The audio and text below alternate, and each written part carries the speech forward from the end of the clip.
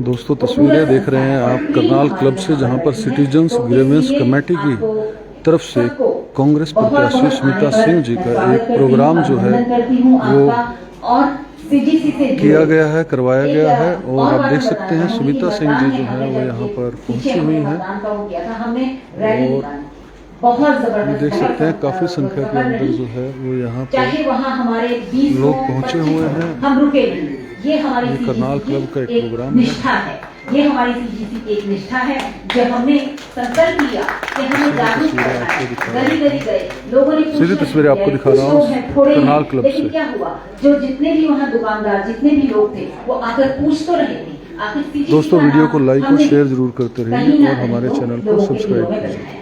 दूसरी बात, तस्वीरें आप देख रहे हैं 2004 और 2005 कमेटी की एक मीटिंग के अंदर स्मिता सिंह जी पहुंचे हैं और जहां पर क्योंकि हम बड़े बड़े मंच भी यहाँ पर हमने लगाए हैं, जैसे प्रेम नगर हुआ, रामनगर हुआ, मॉडल टाउन हुआ और कालिदास रंगशाला, इसमें हमने बड़े बड़े मंच साझे किए हैं प्रत्याशियों के साथ और उसके लिए हमें सम्मानित भी किया गया है, सीजीसी को सम्मानित किया गया है। ये हमारी सीजीसी का छोटा सा परिचय है, लेकिन मुझे नहीं लगता कि एक छोटा है, बहुत बड़ा है इसमें और बहुत बड़े बड़े लोग हमारे सामने बैठे हैं और ये हमारे साथ जुड़े हैं। ये हमारा सौभाग्य है और इसके साथ ही आप सबका स्वागत करती हूँ और अपनी बहन सुमिता जी का भी स्वागत करती हूँ। आपका बहुत बहुत धन्यवाद, आप यहाँ जुड़े। अब उनका विजन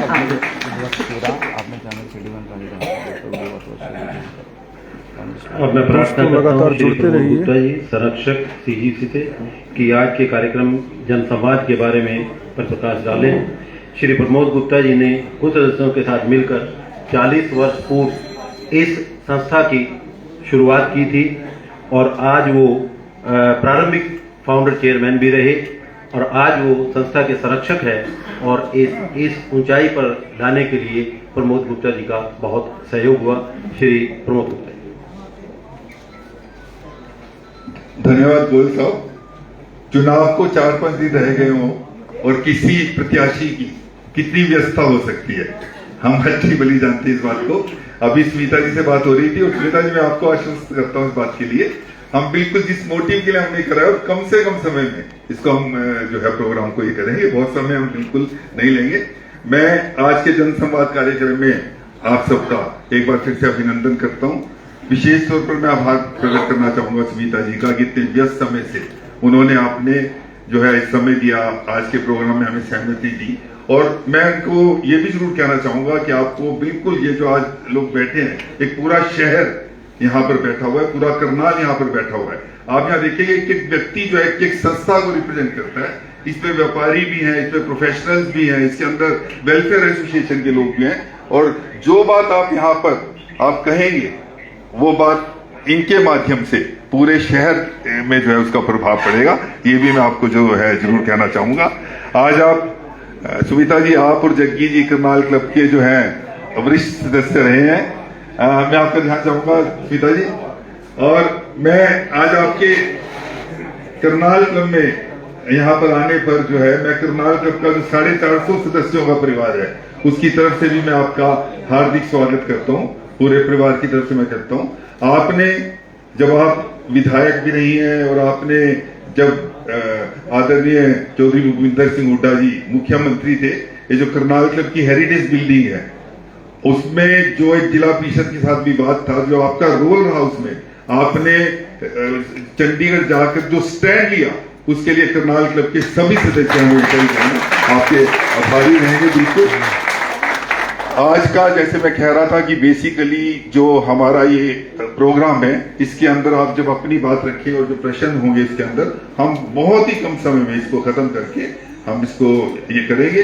और मैं गोयल साहब से भी ये रिक्वेस्ट करूंगा, आज के मंच संचालक हैं, कि एक जल्दी जो बीच में हमारी फॉर्मेलिटी उसको करते हुए जल्दी प्रोग्राम करें। आपका बहुत बहुत धन्यवाद। मैं आप सभी का सहयोग चाहूंगा इस प्रोग्राम को एक ठीक तरीके से चले। अब मैं प्रार्थना करता हूं हमारे आग्रह पर पधारे कांग्रेस प्रत्याशी श्रीमती स्मिता सिंह जी से कि वे आएं और अपनी विधानसभा क्षेत्र के बारे में अपना विजन रखें।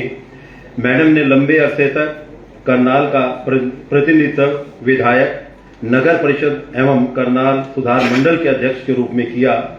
जिससे मैडम को हर गली, हर मोहल्ले, हर व्यक्ति के बारे में जानकारी है। और मैडम राज्य महिला कांग्रेस की प्रधान भी रही हैं। इसके साथ साथ वेयर हाउसिंग कॉर्पोरेशन की चेयरमैन भी रही हैं। तो मैडम सुमिता सिंह जी, क्योंकि पहले आप थोड़ा अपना विजन बताएंगे, उसके बाद क्योंकि बहुत सारे क्वेश्चन हमारे उसी में समाधान आ जाएगा, तो इसलिए क्वेश्चन बाद में जो है वो हम चाहेंगे कि पूछे। Madam Sumita Singh please, please.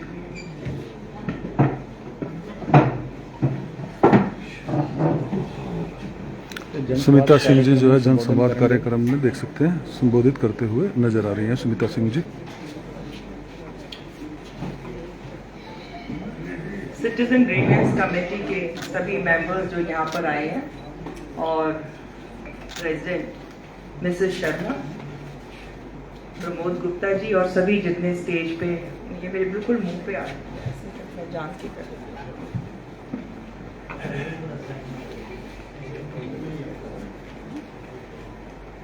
मैं सुमिता विर्क, कांग्रेस की कैंडिडेट, आप लोगों से रिक्वेस्ट करती हूँ कि आप मुझे 5 तारीख को, हमारी चुनाव है, 5 तारीख को आप मुझे वोट करें।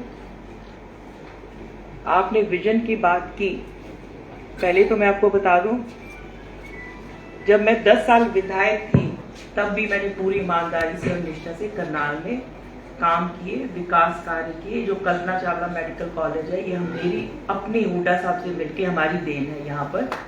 और उसके बाद जितने हमारे जो ये फ्लाईओवर है, काशवा फ्लाईओवर हो गया, घोगरीपुर फ्लाईओवर हो गया, और उस समय पे मैंने ये जो पावर हाउस है शोका नर्सरी के बाद, उसके बाद पहला, उसके बाद कभी किसी ने इतनी सरकारें आई, 133 केवी के सब स्टेशन थे, 2 33 केवी के स्टेशन डबरी और हांसी रोड पे किए। ये जो हमारे जितने आप देख रहे हैं कि सरकारी दफ्तर है 12 सेक्टर में, कितने दफ्तर हमने उस समय पे, ये कहीं कहीं अलग अलग बिल्डिंग में थे, ये ऑफिसेस हमने वहां पर बनाए। और ITI जो है, IIT नहीं, ITI इस पे कॉन्वेंट स्कूल के पास है, वहां पर भी हम बहुत सारे नए और कोर्सेज लेकर आए कि जिससे हमारे बच्चों को रोजगार मिले। जो गवर्नमेंट कॉलेज है रेलवे रोड पर और 14 सेक्टर पर, वहां पर भी इतने हम ये प्रेस का क्या बोलते हैं इसको, जर्नलिज्म लेकर आए, और कई हम मास कम्युनिकेशन, ये सब हम कोर्सेज वहां पर लेकर आए कि बच्चे सिर्फ सिंपल BA या BCom ना करके अदर कोर्सेज करके और उनको नौकरियां मिल जाए। वहां पे ऑडिटोरियम बनवाया, वहां पे हमने कैंटीन नहीं थी बच्चों की, ये सारी चीजें, क्लासरूम्स नहीं थे, वो कराए उस समय पे। ये जो सॉलिड वेस्ट मैनेजमेंट, ये जो सारा आपका गार्बेज आता है उठ के वहां पे, ये सारा उस टाइम हमारा बनवाया हुआ है जो सॉलिड वेस्ट मैनेजमेंट है। और बहुत से ऐसे काम सारे हमने, ट्रांसफॉर्मर्स अपग्रेड कराए। जो केंद्रीय विद्यालय था बड़ी पुरानी, जहाँ पे अभी कोई पुलिस का दफ्तर है, उसमें केंद्रीय विद्यालय था, नई हमारी सरकार ने केंद्रीय विद्यालय की बिल्डिंग बनी। जेल, पुलिस लाइन, ये सब शहर के अंदर थे, ये सारा हमने इसको बाहर कैथल रोड के ऊपर नया स्ट्रक्चर बना के ये सब कुछ वहां शिफ्ट हुआ। और बहुत से ये डॉक्टर्स बैठे हैं हमारे यहाँ, डॉक्टर्स के साथ कई दिक्कतें आती थी। ये जो एक हम लॉ लेकर आए थे उस समय पे कि कोई भी अगर डॉक्टर के वहां पे अटैक ना करे, आपको याद होगा अभी भी आपके वहां पे वो लगा हुआ है हॉस्पिटल में, वो पर्सनली मैं जाके डॉक्टर हमारे अपना ये अमृतधारा राजीव गुप्ता, वो और कुछ डॉक्टर्स आए थे, वो जाके हमने कराया। तो ऐसे बहुत से मैंने हमने काम किए हैं। और 10 साल से बीजेपी की सरकार है। बहुत से भाइयों को जब काम होता था मेरे पास डायरेक्टली आते थे, मेरे को मिलते भी थे। और अब क्या हुआ, 10 साल से आप लोगों को CM तो मिले, कोई भी मुझे बता दो अगर डायरेक्टली आप में से कोई भी, आप लोग तो चलो गरीब आदमी तो जा नहीं सकता, आप लोग तो अच्छे पढ़े लिखे और अलग अलग प्रोफेशन से हैं, कोई भी आपको कभी कोई समस्या हुई तो क्या आप में से कोई एकदम से जाके क्या अपने MLA को मिला पिछले 10 साल में? कोई एक भी मुझे हाथ ऊपर करके बता दे कि हाँ जी मैं गया, मुझे काम पड़ा और मैं गया और उसी समय जाके मिल लिया। मिला कोई भी नहीं मिला। तो क्या फायदा हुआ उसका? करनाल के अंदर 10 साल में सिवाय ये जो बड़े बड़े गेट्स बने हैं, इन गेट से अलग कोई भी ऐसा सीएम तो बहुत बड़ी पावर होती है, बहुत बड़ी चीज होती है। आप मुझे बताएं, कोई करनाल के अंदर कोई एक बड़ा प्रोजेक्ट बता दे। करनाल कॉन्स्टिट्यूएंसी की भी मैं बात कर रही हूँ। 12 सेक्टर के अंदर मैंने ISBT बस स्टैंड शुरू कराया था। हमने हमारा शुरू हुआ था, सरकार बदल गई, उसको भी इंद्री ले गए। गरीब आदमी बस यूज करता है ना, आप लोग तो नहीं जाते हो, आप तो हस्बैंड को बोलोगे जी साहब जी छोड़ के आओ, हम नहीं जाते, नहीं जाते। गरीब आदमी जाते हैं। गरीब आदमी कहाँ रहता है? करनाल बस्तियों में रहते हैं। क्या वो 100 रुपए वहां जाने के, इतनी दूर और आने के, और बस अड्डा शहर के अंदर वैसे के वैसे रह गया? वही भीड़ भड़ाका जो हम कर रहे थे, जो हमारा विजन था, वो वैसे ही रह गया। आपने विजन की बात की ना, जो फ्लाइंग क्लब है करनाल में, नेवल में, वहां पे हमने सेंट्रल कमेटी से डोमेस्टिक एयरपोर्ट या जैसे कार्गो का है कि यहाँ आकर कोई छोटे एयरक्राफ्ट खड़े हो, कोई कार्गो का, हमने वो सब पास कराया था उस समय पे। सरकार बदल गई, 10 साल में कुछ नहीं हुआ। ये जो प्रोजेक्ट है इसको हिसार ले गए। हमने इसलिए करा कि यहाँ हो, यहाँ के बच्चों को रोजगार मिलेगा, बच्चों को काम मिलेगा। हमारा यहाँ से बस अड्डा भी इंद्री में ले गए। विधायक तो आपने बनाया उनको, सीएम साहब को आपने वोट दी ना, इंद्री वालों ने तो नहीं वोट दी, वो वहां शिफ्ट हो गया। हमने, हमारे पंजाबी भाइयों की मांग थी कि करनाल के अंदर मदन लाल ढींगरा जी, पंजाबियों के बहुत बड़े हमारे शहीद हुए हैं, उनकी हमने स्टैचू लगानी है। 13 सेक्टर पे हमने उनकी, वहां पर हुड्डा साहब आए, हमने उनकी मूर्ति वहां पर लगाई, अनावरण किया। उसको मूर्ति को वहां से निकाल के इंद्री बस स्टैंड के ऊपर ले गए मुख्यमंत्री जी। मालूम है आप लोगों को? हमारे करनाल से वो उन्होंने हटाकर इंद्री, आप देखोगे बस अड्डे पर है, यहाँ पे हुड्डा साहब का, हमारे अपना देशराज गाबा जी थे, उनका नाम हम सबको लिखा था। हमारा वो सब हटा के, नेम प्लेट हटा के वो वहां ले गए। पंजाबी धर्मशाला करनाल के अंदर मेरे से पहले कितने विधायक बने हैं, पंजाबी विधायक जो भी बीजेपी के बने, क्या किसी ने पंजाबियों को पंजाबी धर्मशाला दी? ये मैंने दिलवाई हुड्डा साहब से, जगह दिलवाई, और तकरीबन 70 या कितने लाख रुपए हमने उन्होंने सबसे दिलवाए, वहां पे अलग अलग ग्रांट से कराई। ये हमारी देन है। वहां पे उसके साथ में वाल्मीकि है, वो हमने दिलवाई करनाल के अंदर। 16 सेक्टर के अंदर अंबेडकर भवन है, वो मैंने दिलवाया जब मैं विधायक थी। सभी बिरादरियों को दिलवाया हमने, पंजाबी को 5 सेक्टर में गुर्जरों को दिया। अब आप मुझे बताएं, 10 साल मुख्यमंत्री थे, उन्होंने क्या किया? मैं तो आपसे पूछती हूँ, आप लोग तो लोगों के ओपिनियन मेकर्स हैं। सिटीजन ग्रीवेंस कमेटी में आज से नहीं, पहले भी बहुत बार आई हूँ। आप बताएं, पंजाबी धर्मशाला किसने बनवाई? हमारा बोर्ड हटा के हुड्डा साहब का हमारा उतार के स्टोर में रख दिया और मनोहर लाल खट्टर जी का वहां लगा दिया। मैं एक दिन वहां गई तो मैंने उनसे पूछा, भाई ये तो मैंने दी थी, हुड्डा साहब का कहां गया? आप जाके देख लेना। अब उन्होंने साइड में, अभी उसको जब मैंने कहा तो उन्होंने वहां उसको अब लगाया, महीना पहले। ये दुख की बात नहीं है क्या?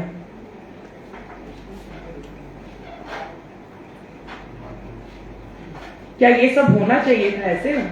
मदन लाल ढींगरा जी की स्टैचू ले गए, जहां से निकाली। फिर वीरेंद्र राठौर जो हमारे भाई चुनाव लड़ रहे हैं गरौंडा से, उन्होंने रातों रात वहां पे पैरा बैठ के, उन लड़कों ने, हमारे यूथ कांग्रेस के लड़कों ने अपने आप एक वो बनाकर उनकी स्टैचू वहां पर लगाई, जो हमने लगाई थी उठाकर वहां ले गए। अब आगे का विजन मैं आपको बताती हूँ मेरा क्या विजन है। मेरा विजन है करनाल का विकास करना, हमारे शहर का विकास हो। स्मार्ट सिटी का 1000 करोड़ रुपए आया, बताओ कहां गया? क्या करना चाहिए था? सबसे पहले हमारे शहर का इंफ्रास्ट्रक्चर स्ट्रॉन्ग करना चाहिए था। इंफ्रास्ट्रक्चर में क्या आता है? हमारी सड़क, नाली, सीवरेज, पानी की व्यवस्था, पीने के पानी की व्यवस्था। पहले तो बेसिक चीजें आप करोगे ना, वो पैसा पता नहीं कहां गया। हमारी सरकार आ रही है कांग्रेस की, हमारी 65 से ऊपर 70 के करीब सीट आ रही है। हमारी सरकार आएगी, करनाल के अंदर हमारे जो सरकारी स्कूल हैं, सरकारी स्कूलों की व्यवस्था ठीक करी जाएगी। पिछले 10 साल से कोई टीचर भर्ती नहीं हुआ वहां पर। टीचर भर्ती करेंगे स्कूल में, अच्छे गरीब बच्चों के लिए उसको हम इम्प्रूव करेंगे, जो भी लेटेस्ट कुछ होगा उनके लिए करेंगे। अरे गरीब का बच्चा तो पढ़ेगा नहीं तो क्या करेगा? जिसके पास पैसे वो तो सरकारी स्कूल में जाएगा। हम टीचर भर्ती करेंगे और स्कूल को जो है हम अच्छी व्यवस्था करेंगे कि गरीब आदमी का बच्चा भी जाके अच्छी एजुकेशन ले। उनका हक नहीं है क्या पढ़ने का? उसके बाद जो हमारे सरकारी अस्पताल है उसका सुधार करेंगे। जब ये मेडिकल कॉलेज बना, कल्पना चावला मेडिकल कॉलेज, तो सरकारी अस्पताल शिफ्ट कर दिया इधर उधर। 10 साल हो गए। मैंने कई बार डिप्टी कमिश्नर को भी फोन करा, कहते जी हम वो टेंडर कर रहे हैं। और टेंडर भी किस चीज के, वो क्या बोलते हैं उसको, मुझे ध्यान नहीं आ रहा। जो आप पहले टेंडर करते हो कि किसको टेंडर देना है, वो उसका कुछ और वर्ड है, मुझे ध्यान नहीं आ रहा क्या बोलते हैं उसको। नहीं, ई टेंडर नहीं जी, टेंडर करते हैं करने के लिए कि किसको आगे टेंडर करना है, नहीं कुछ और है। I am not remembering the name, exact name. मतलब 10 साल हो गए। हमने जब मेडिकल कॉलेज शुरू करा, वो हॉस्पिटल वहां से शिफ्ट हुआ। 10 साल में सरकार ने सरकारी हॉस्पिटल में अभी तक हुआ। हम सरकारी अस्पताल में बेस्ट फैसिलिटीज देंगे कि भाई एक आम आदमी, गरीब आदमी भी जाकर वहां अपना इलाज कर सके। डॉक्टर्स भर्ती करेंगे। कल्पना चावला मेडिकल कॉलेज मैंने बनवाया, मेरा पर्सनल इंटरेस्ट मैंने लिया। मैं हर हफ्ते फाइल लेके पता करती थी कि किस ऑफिसर के पास है, कहां से कहां गई है। वो जो मेडिकल कॉलेज हमने किया, 750 करोड़ रुपए रिलीज हो गया था, शुरू हो गया था ये हमारे टाइम पे। उस कल्पना चावला मेडिकल कॉलेज को इन्होंने एक रेफरिंग हॉस्पिटल बना दिया। जो जाता है उसको रेफर कर देते हैं बाहर। आप में से कोई जाता है क्या medical college? It's a PGI, like PGI, वो ऑल गो देयर। उसकी हम व्यवस्था ठीक करेंगे। मुझे किसी ने कहा कि वहां पे जो डायरेक्टर लगाए हुए हैं ना, वो क्वालिफाई नहीं करते हैं। और हाई कोर्ट ने ऑर्डर, किसी ने कोर्ट में केस डाला तो हाई कोर्ट में ये ऑर्डर हुआ कि 3 महीने के अंदर इनको हटाओ। He is not even qualified for that. कल ही मुझे किसी ने वो चिट्ठियां दिखाई थी, हाई कोर्ट का ऑर्डर है। अगर ऐसा चलेगा भाई, आप अपने रिश्तेदारों को, अपने आरएसएस और बीजेपी के लोगों को इस पोस्ट पे बिठाओगे, फिर तो लोगों का इलाज हो गया। हम ये सारी चीजें ठीक करेंगे। उसके बाद आपकी प्रॉपर्टी, थोड़ा इधर हो जाओ, इस साइड में, उनसे बात नहीं, इधर हो जाओ थोड़ा और इधर हो जाओ। हम ये सारी चीजें ठीक करेंगे।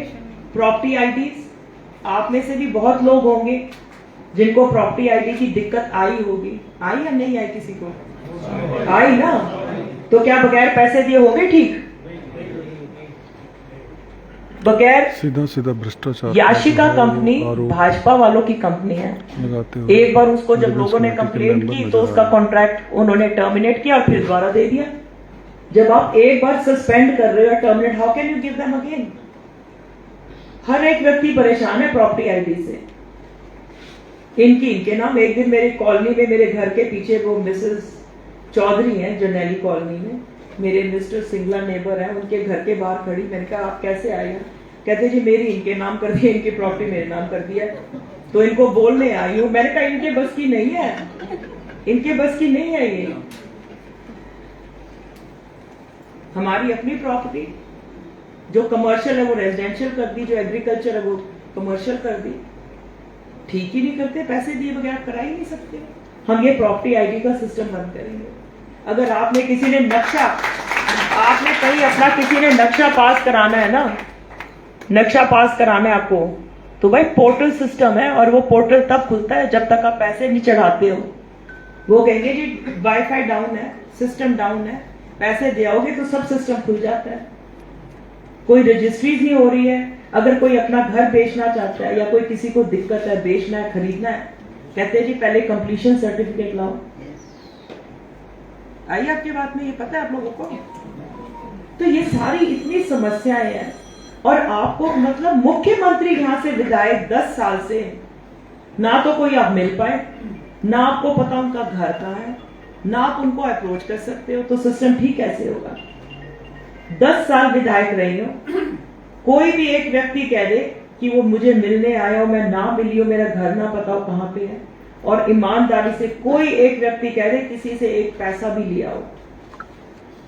भाई सोच समझ के, पार्टी से भी उठ के, ऊपर उठ के आप लोगों ने देखना है कि कौन ईमानदार, कौन पढ़ा लिखा है, कौन ठीक तरह से आप लोगों के काम, जिसको समझ है, जिसको पता है,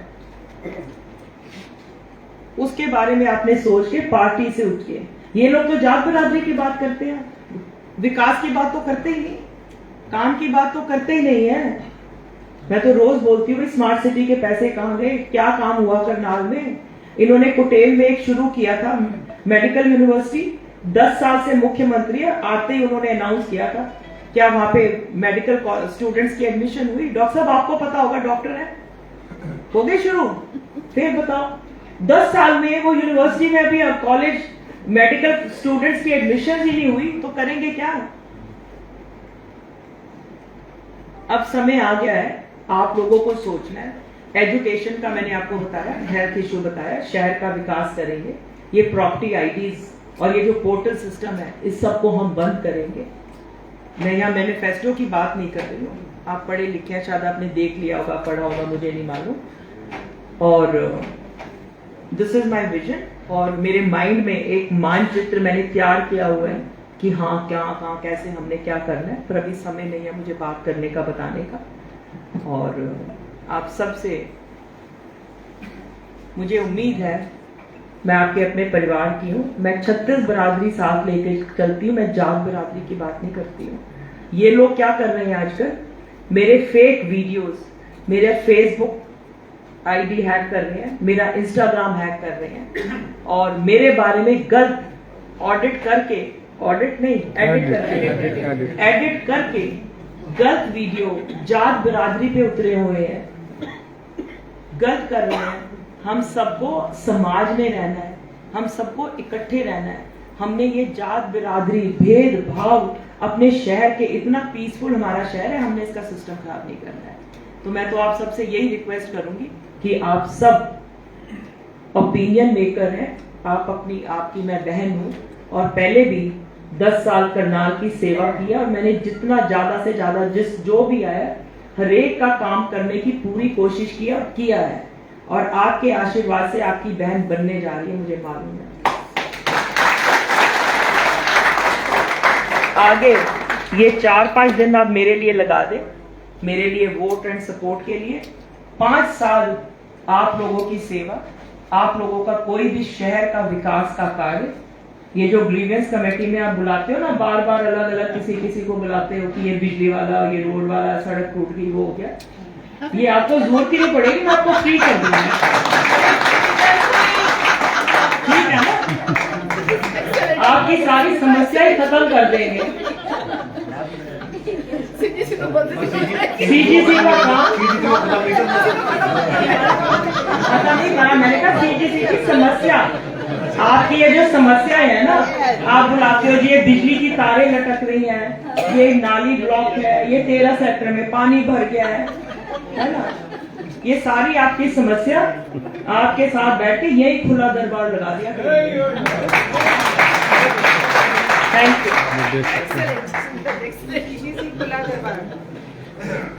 ये थे सुमिता सिंह जी, जिन्होंने जो है वो मैडम ने संबोधित अपना किया, विजन और यहाँ पर जो है एकदम क्लियर जो है वो आप लोगों के सामने रखा गया। दोस्तों अब मैं देख सकते हैं, और यहाँ पर जो है क्वेश्चन आंसर शुरू करने से पहले 1-2 बातें फिर से आप लोगों को कहना चाहूंगा कि जो बातें मैडम ने अपने विजन में कवर की हैं, उसके बारे में कोई क्वेश्चन नहीं पूछेंगे। दूसरी बात, क्वेश्चन मैडम से आप कितना भी तीखा क्वेश्चन पूछ सकते हैं, लेकिन क्वेश्चन कड़वा नहीं होना चाहिए, बिल्कुल इस बात का विशेष ध्यान रखना है। क्वेश्चन मैडम से संबंधित एक प्रत्याशी के रूप में, मैडम की पार्टी के रूप में आप उनसे पूछ सकते हैं। तो मैं प्रार्थना करूंगा रजनीश चोपड़ा जी से कि माइक ले वो, और मैं गोयल साहब एक प्रश्न, जितना भी हाउस है और करनाल की जनता है, मैं उनकी तरफ से जनसंपर्क कार्यक्रम में वैसे तो सुनीता जी आपने अपने यहाँ एड्रेस पर में पहुंची थी, जो है सारी पहुंची बातों हुई को है यहाँ और जिक्र कर दिया और सिटीजन ग्रीवेंसेस कमेटी का बोझ भी उन्होंने आपने अपना काफी विजन हल्का रखा। कर दिया। ऐसा हमें लग रहा है, ऐसा हमें लग रहा है काफी। तो लेकिन मैं एक बात जरूर कहना चाहूंगा। हाँ अच्छा आप जो है 2 दफा करनाल की विधायक रही हैं, आप जो नगर परिषद है उसकी चेयरपर्सन नहीं है, आप इम्प्रूवमेंट की चेयरपर्सन नहीं है और आपने जमीनी स्तर पर काम किया। सिटीजन ग्रीवेंसेस कमेटी ने भी 30-40 साल से जमीनी स्तर पर काम किया। आपके बहुत प्रोग्राम में आप आई है।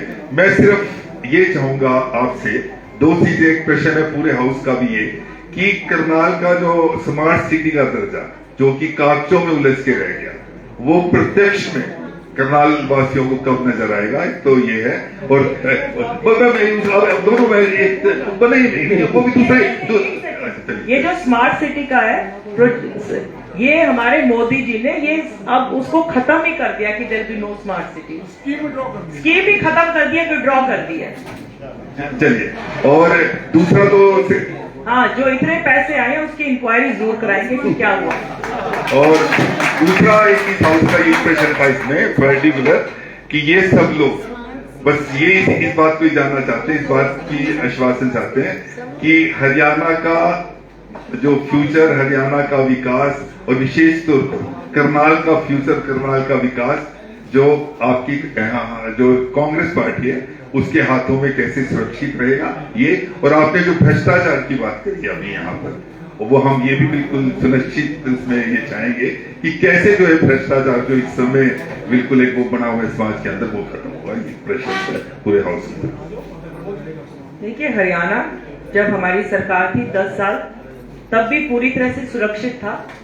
अब हमारी सरकार आ रही है, हम नौजवानों के लिए, ये जो हमारे इतने यूथ बाहर जा रहे हैं, पिछले 10 साल में कोई नौकरी नहीं लगी। पेपर्स निकलते थे, पेपर लीक हो जाते थे, फिर नौकरी रुक जाती थी।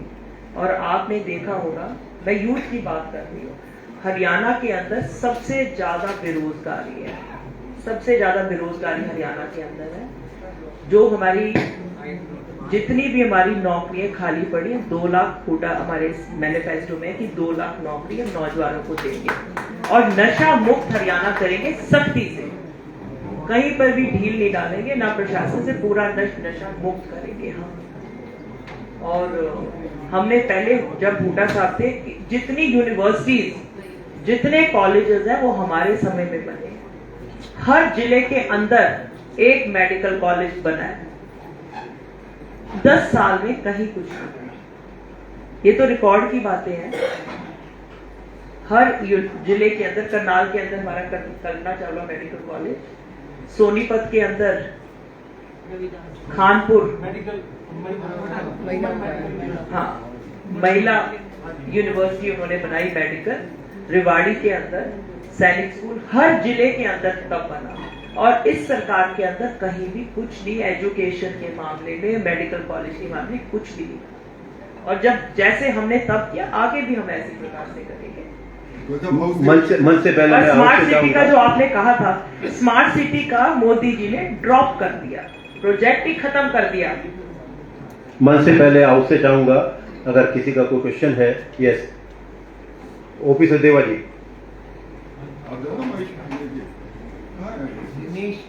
वो ले लो मैडम, बोल ले लो जल्दी।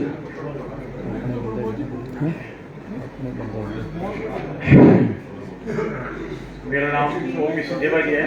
ये देख सकते हैं जनसंवाद के तहत पब्लिक के क्वेश्चंस लेते हुए नजर आ रही हैं सुनीता जी। बोलिए सदेवा जी, बोलिए। मेरा नाम ओपी सदेवा है। मैं आपसे ये पूछना चाहता हूँ, जैसे आपने कहा कि आपकी सरकार आ रही है, बड़ी खुशी की बात है। अगर आपकी सरकार आती है तो ये जो महंगाई है, इतनी आसमान को छोड़ी है, उसके ऊपर आप कैसे कंट्रोल करेंगी? और दूसरी बात, जितनी आजकल के शहर के अंदर डुप्लीकेट मेडिसिन और नकली मिठाइयाँ और नकली जैसे ये लगा चल रहा है, उसको आप कैसे कंट्रोल करेंगे? धन्यवाद। जहां से भी पता चलेगा नकली दवाई है, हम उसका चेक कराएंगे, टेस्ट कराएंगे, फूड टेस्ट वाले हैं उनसे टेस्ट कराएंगे। और अगर आप लोगों को कहीं खबर हो बताएंगे तो हम उसका खिलाफ एक्शन लेंगे। हाँ बिल्कुल। नेक्स्ट क्वेश्चन महंगाई के बारे में करेंगे। हमारे एक उत्तर देने हुए नजर आ रही है। गैस का सिलेंडर हमने 500 रुपए बोल दिया, हमारी सरकार आएगी तो 500 रुपए होगा। उसके बाद हमारा मैनिफेस्टो आया, हमारे मैनिफेस्टो के बाद अगले दिन बीजेपी का आ गया, कहते कि हम भी 500। अरे 10 साल अब क्यों नहीं दिया तुमने 500? अगर तुम दे सकते थे तो। यस, मंच से अरविंदर चोपड़ा जी। नमस्कार मैडम, काफी सालों से किसान सड़कों पे बैठे हुए हैं और उसके करके हम पब्लिक सब तंग होते हैं कि जब पहले दिल्ली जाना होता था तब बुरा हाल था, अब अगर हमने पंजाब में जाना है तब बुरा हाल है। किसानों की समस्या को एड्रेस करके उनको कुछ दे दें ताकि वो सड़कों पे ना बैठे। आपके विजन क्या है इसमें? आपने देखा होगा जो किसान बैठते हैं वो रास्ता नहीं रोकते कहीं भी। रास्ता और सड़कें तो सरकार ने, बीजेपी की सरकार ने, अब दिल्ली आप जाते हो अभी तक नहीं खोला। जो मेन ऊपर का फ्लाईओवर है, कहाँ किसान बैठे हैं? कोई भी नहीं है, साइड से जाते हैं। और उनकी जो मेन मांग थी कि हमें मिनिमम सपोर्ट प्राइस, जिसको एमएसपी बोलते हैं, और किसान को मिलना भी चाहिए। किसान को अगर एमएसपी नहीं दोगे तो लोग उनकी फसल सस्ती खरीदते हैं। और हमारी सरकार ने, हमारे मैनिफेस्टो में है कि कांग्रेस की सरकार आएगी तो हम किसानों को एमएसपी देंगे, यही उनकी मेन मांग है। मिस्टर आर्य जी। आर्य मैं गोपीनाथ शर्मा।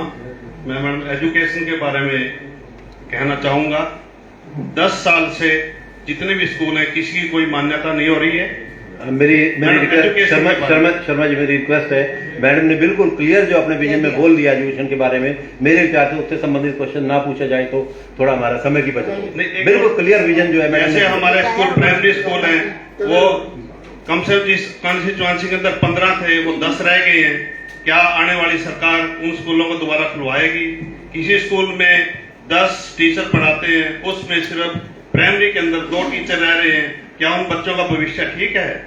तो उसका उद्धार होएगा। मैं मैडम से ही बात करना चाहता हूँ एजुकेशन के बारे में। देखिए, इसके बारे में मुझे एग्जैक्टली नहीं पता कि आपकी क्या मांग है, पर जो भी जाए ठीक होगा। हम बच्चों की पढ़ाई के लिए जरूर करेंगे। बच्चों की एजुकेशन अगर नहीं है तो क्या करेंगे बच्चे? बच्चों के लिए जरूर करेंगे। सर, समय की व्यवस्था को देखते हुए गोयल साहब, रजनीश जी, पहले महिला में से एक रिक्वेस्ट करूंगा, महिला शक्ति से एक क्वेश्चन जो है वो लिया जाए प्लीज। मेरी रिक्वेस्ट। यस प्लीज, एक सिंगल क्वेश्चन। मैडम आप बैठ जाइए प्लीज, बैठ। गोयल साहब, टोटल अब जो है 5 क्वेश्चन हम यहाँ से लेंगे, एक मंच से लेंगे, टोटल 6 क्वेश्चन। मैडम, आपसे मैं एक बात पूछना चाहूंगा कि आपका जो नेशनल लेवल का मैनिफेस्टो है और स्टेट लेवल का मैनिफेस्टो है वो तो है ही है। मैं आपसे पर्टिकुलर ये जो हमारा लाइन पार का एरिया ये काफी अभी डेवलप नहीं है, इश्यूज कहीं है। मैं उसके बारे में पूछना चाहूंगा कि आपका लाइन पार के एरिया जो आधा शहर है, वोटर भी आधे से ज्यादा हैं, उसके बारे में क्या विजन है? उसके बारे में सबसे पहले तो मैं आपको ये बता दूं, आप वहीं से रामनगर से हैं? मैं रामनगर से ही हूँ। हाँ, तो मैं आपको ये बता दूं भाई साहब, जब मैं 2005 में पहला चुनाव लड़ी, जब रामनगर जाना होता था ना, मुझे बुखार चढ़ता था।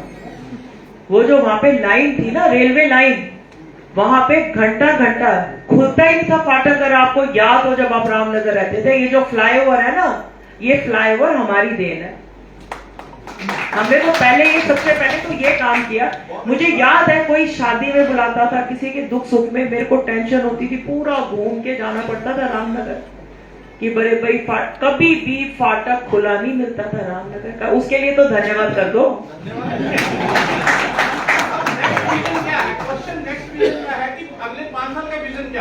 अगले 5 साल का एज सच कोई रामनगर का विजन नहीं है, पूरे शहर का विजन है कि पूरे शहर का हम इम्प्रूवमेंट करेंगे। जो भी आप लोगों के साथ बैठेंगे, आप हमें सजेशन दोगे, हम करेंगे। आप क्या चाहते हैं कि वहाँ क्या होना चाहिए?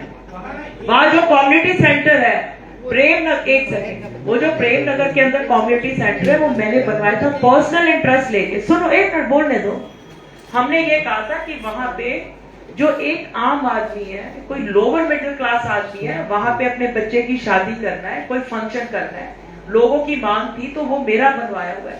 इन्होंने क्या किया, सारे जितने भी शहर के कम्युनिटी सेंटर है किराए पे दे दिए हैं बीजेपी वालों ने, और उसके अंदर उनके अंदर स्लिप कटती है 35,000 की, और आप जाके बुकिंग करा के देखो कि आपको 35,000 में मिलता है। 1 लाख 1.5 लाख 2 नंबर में लेते हैं।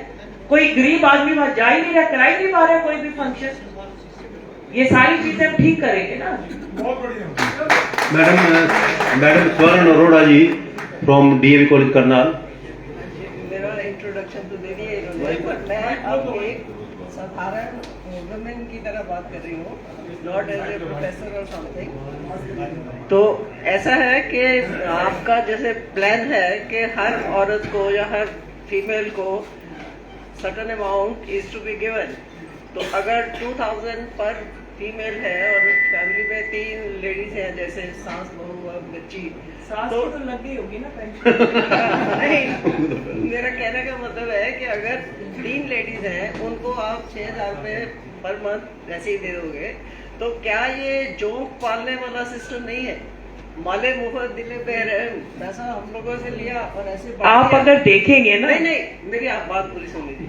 मेरा कहने का मतलब है कि ये कंडीशनल होना चाहिए। थोड़ा छोड़ करिए मैडम, नो सजेशन। जो वो कह रहे हैं उनका व्यूज हम सुनेंगे, अपना कोई कंडीशन हमने कोई नहीं लगानी। Can you make it possible के फ्री में पैसा ना दिया जाए, उनको बदले में कोई ना कोई जो भी करने के लायक है वो कुछ काम कंट्रीब्यूट करे। देखिए अभी आप इतनी लेट आप जाते हो ना गांव के अंदर, ऐसी बस्तियों में जाते हैं, इतनी गरीबी है वहां पर, महिलाओं के पास कुछ भी नहीं है। आदमी शराब पीता है, उनको कुछ भी नहीं देता है। कम से कम वो जो गरीब महिला है, ये मिलना तो गरीबों को ही है ना। आपकी तो वैसे ही पेंशन होगी, पेंशन फ्री में थोड़ी है मैडम। हाँ, आपने काम किया है। No discussion. जो वो बात कर रहे हैं, तो जो गरीब महिला है वो कम से कम अपने लिए कोई अपनी दवाई है, कोई अपनी पर्सनल कोई चीज है, वो तो ले सके।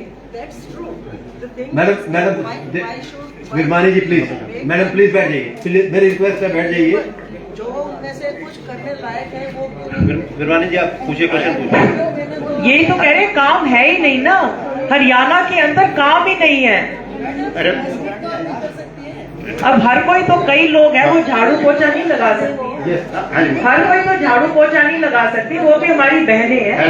You are right madam, you are right. कोई तो झाड़ू पोछा घर में भी नहीं लगा सकती। रिस्पेक्टिव मैडम जी, एक छोटा सवाल है कि डंकी रूट के थ्रू हमारे नौजवान बेटे विदेशों में जा रहे हैं और अनऑथराइज्ड एजेंट के थ्रू अपनी प्रॉपर्टी बेचकर, उसका बारे आपका क्या विचार है?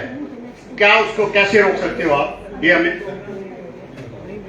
मैडम जी दोबारा मैं आपका क्वेश्चन मैंने सुन लिया। उसके बारे में विचार। ये जो आप हमारे जो सबसे ज्यादा हरियाणा के बच्चे डंकी के माध्यम से जमीनें बेच के जा रहे हैं, उन्हीं के लिए हमने ये जो 2 लाख नौकरी हमारे मैनिफेस्टो में आई है, जो सरकारी नौकरी 2 लाख, उन्हीं के लिए हमने की है कि हमारे बच्चों को यहाँ रोजगार मिले।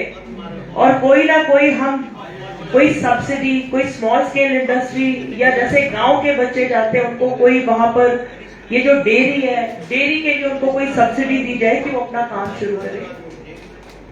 हाँ जी, वकील साहब को दीजिए। देखिए, मैं संदीप एक प्रश्न चलते रहेंगे, समय की व्यवस्था है, तो मैं जो मंच संचालक है गोयल साहब से अनुरोध करूंगा 2 क्वेश्चन। सिर्फ 2 ही क्वेश्चन, एक क्वेश्चन जो है, एक क्वेश्चन जिसमें सब आपका ना 12 से 12:30 का टाइम था, आपने मुझे आधा घंटा लेट बुलाया कि रुक जाओ। मैं संदीप भारद्वाज करनाल वासियों की तरफ ये पूछना चाहता हूँ कि हमें टोल टैक्स से कोई निजात मिलेगा या कोई रियायत मिलेगी टोल टैक्स में? ये जो टोल टैक्स है ना जी, ये सेंटर के अंदर आता है, ये हरियाणा, ये तो भाई मोदी जी बता सकते हैं। जो टोल टैक्स है वो हरियाणा स्टेट का नहीं है, वो सेंटर का है। मन से लास्ट क्वेश्चन, एक मन से लास्ट क्वेश्चन। अभी मैडम आपने कहा कि टोल टैक्स जो है वो सेंटर से कनेक्टेड है, जो आपसे कंसर्न है और हर पार्टी से कंसर्न है, वो मैं पूछना चाहूंगा।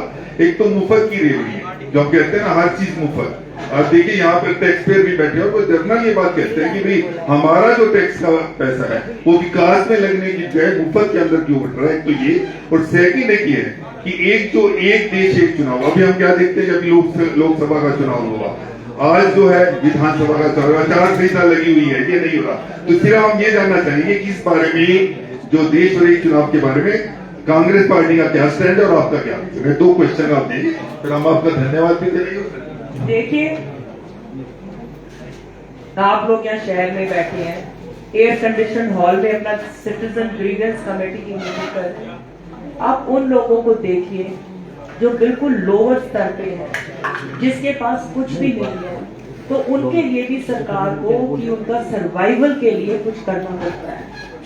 सर्वाइवल के लिए हमारी विडोज, अभी बीच में उठे नहीं, मेरी रिक्वेस्ट है सभी से बस मेरा बैठे। ये लास्ट है जी, और इसके बाद मैं खड़ी हो जाऊंगी, मैं लेट हो गई। जो गरीब है, अगर कोई लेडी विधवा हो गई है, आप मुझे बताइए, जो विडो है, जो विधवा है, गरीब औरत है, उसको क्या हम पेंशन नहीं देंगे? नहीं दोगे, कहाँ जाएगी वो, क्या करेगी? लोग उसको जीने देंगे क्या? पैसा नहीं होगा घर में, खाने को नहीं होगा। तो हमारे बुजुर्ग हैं, कितने लोग हैं जो अपने बुजुर्गों को साथ रखते हैं? बड़े बड़े हमें पीछे वो कौन से हैं? नहीं वृद्धाश्रम नहीं भैया, बड़े इंडस्ट्रीज है। वो फादर ने कहा, सिंघानिया जैसे ने कहा, भाई अपने होते बच्चों के नाम कुछ मत करो। ये तो बड़ों की बात है। गरीब आदमी तो अपने माँ बाप के साथ रहते ही नहीं है, अलग अलग रहते हैं। क्या उन बुजुर्गों को हम क्या करें? उनको घर से उनको जीने ना दे? उनको 2 वक्त की रोटी तो चाहिए, उनको पेंशन दोगे तभी होगा ना। हर एक के पास तो नहीं है। वो बुजुर्ग क्या करेंगे? हमारी विधवा बहनें क्या करेंगी? और आपका दूसरा प्रश्न क्या था? एक देश एक चुनाव होना चाहिए। मोदी जी ने इतना शोर मचाया, एक देश एक चुनाव। उन्होंने पास भी किया, लोकसभा में भी किया, राज्यसभा में भी किया। राज्यसभा में भी किया था ना शायद? नहीं, अभी नहीं किया। तो करना चाहिए था ना उनको, उनकी सरकार थी। तो उन्हीं की सरकार, उन्हीं ने किया, उन्हीं ने शोर मचाया, और उसके बाद क्यों नहीं कराया? भाई कराना चाहिए था ना उनको। ये सवाल तो आप उनसे पूछना, मोदी जी से पूछो, मोदी जी क्यों नहीं कराया? अब नायब सैनी अभी भी आपके विधायक हैं क्या? जब से वो विधायक बने आपको कहीं नजर आए करनाल में? नहीं, मैं ऐसी भाषा मैं नहीं यूज करती। No comment please. मैं ऐसी भाषा नहीं यूज करती हूँ। आपके कहीं आपको विधायक नजर आए क्या? और भाई मैंने सारे सवाल जवाब आपके बढ़िया दे दिया। मैं बोर्ड भी मेरे को मैं वोट बैंक के लिए एसपी शर्मा जी को बुलाता हूँ, वोट ऑफ बैंक के लिए सीधी तस्वीरें